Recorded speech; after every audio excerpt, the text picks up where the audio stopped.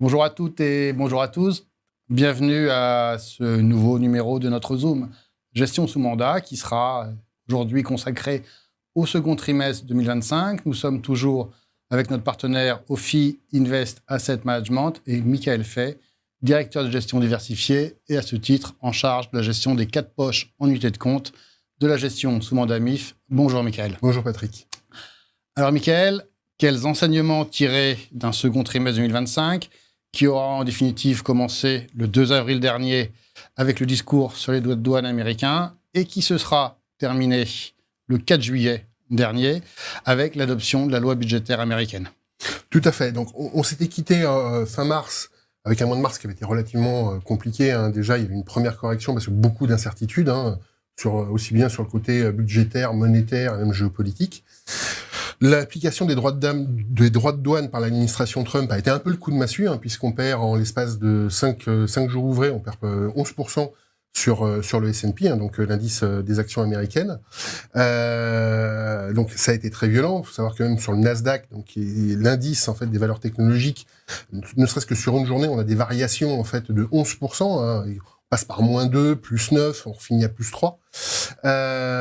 Et au final, il a fallu attendre un tout petit peu que la poussière retombe assez rapidement.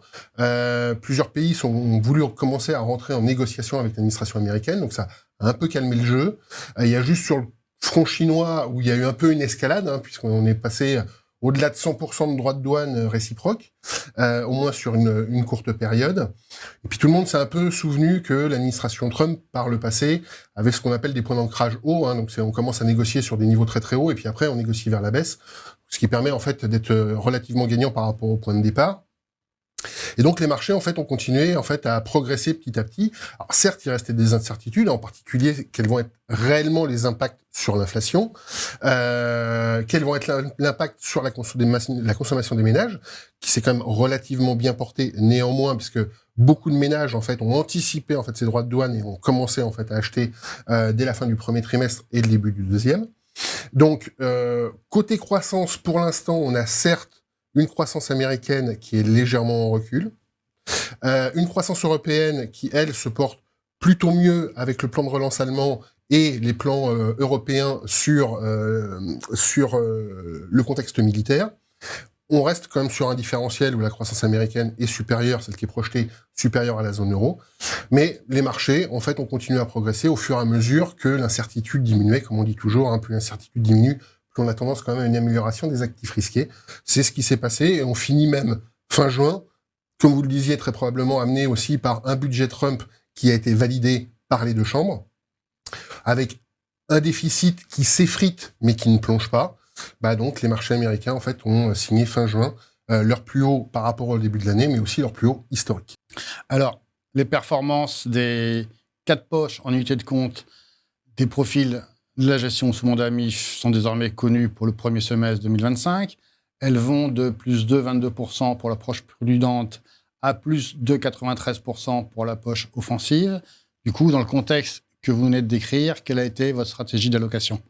Alors, au mois de mars, on était à peu près en fait à l'équilibre par rapport à une allocation de long terme. On l'a prolongé en avril puisque le mois de mars c'était déjà en fait un mois de consolidation. C'était un mois compliqué. Ça a fait énormément penser à l'année 2022.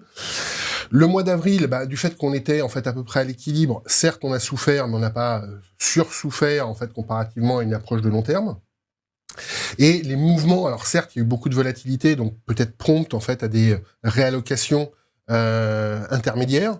Néanmoins, les mouvements étaient tellement rapides que le risque, en fin de compte, c'était certes de dire tiens ça va baisser donc je vais vendre, mais en fin de compte c'était d'acheter déjà sur un point haut, et donc c'était assez compliqué. Donc très honnêtement, vulgairement, j'allais dire, on a fait un peu le dos rond, et on a bien fait puisque les marchés ont assez vite rebondi sur la deuxième quinzaine en fait d'avril. Par contre, ce rebond était peut-être à notre sens un peu trop rapide. Il pouvait se prolonger, mais peut-être un peu trop rapide. Donc, on a décidé au mois de mai de réduire la part action. En contrepartie, de mettre des obligations d'entreprises privées dites à haut rendement, afin d'avoir quand même un taux de rendement substantiel en face de la baisse des actions. Les marchés ont continué à progresser. Au final, sur le mois de mai, ça n'a rien coûté puisque justement, en fait, l'appréciation des obligations à un rendement a compensé en fait le fait qu'on soit sous-investi sur les actions. Et donc, au mois de juin, on a décidé en fait de repasser neutre en attendant en fait de voir un peu ce qui allait se passer sur le plan des droits de douane et surtout en fait sur la politique monétaire, tout en gardant toujours une poche de diversification de l'obligataire d'État sur ces obligations à un rendement qui aujourd'hui sont quand même, en fait, en termes de rendement risque, toujours appréciables. Du coup, traditionnelle question de fin d'entretien, à quelle perspective s'attendre pour le troisième trimestre 2025 et plus largement d'ici la fin de l'année? Alors, j'allais dire, une des questions aujourd'hui qu'il faut réellement se poser, c'est est-ce que c'est un bon moment pour remettre du risque? Et j'allais dire que aujourd'hui, c'est la gestion sous mandat est un parfait outil, puisque généralement, c'est sur un temps long, en tout cas plus long que on va dire sur du juste 1 mois, 2 mois, 3 mois ou 1 an. Et faut essayer de monétiser cet avantage. Et la meilleure des monétisations, c'est d'être dans la capacité de prendre un peu de risque, de volatilité. Donc, en gros, de supporter un peu de variation, en fait, qu'il pourrait y avoir pendant l'été.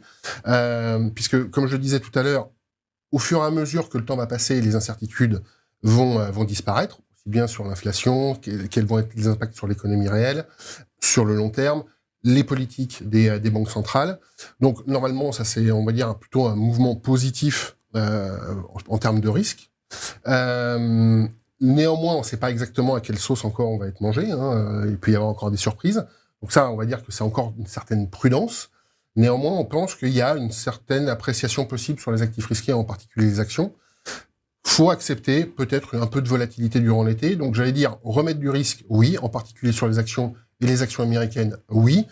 Maintenant, en remettre, j'allais dire, prudemment, pour être en capacité d'en remettre si jamais, en fait, on devait revoir, en fait, des phases de consolidation pendant l'été. Ce sera justement l'occasion d'en remettre, peut-être en août ou en septembre. Mais commencer à remettre du risque, oui, c'est totalement cohérent, en fait, avec la gestion sous mandat, si on considère, en fait, qu'au fur et à mesure que les incertitudes vont se lever, il va y avoir un peu plus de couleurs et on devrait voir, en fait, la lumière au bout du tunnel. Merci, Michael, pour ces éléments de compréhension. Et nous nous donnons donc rendez-vous début octobre pour un nouveau numéro de notre Zoom Gestion sous mandat.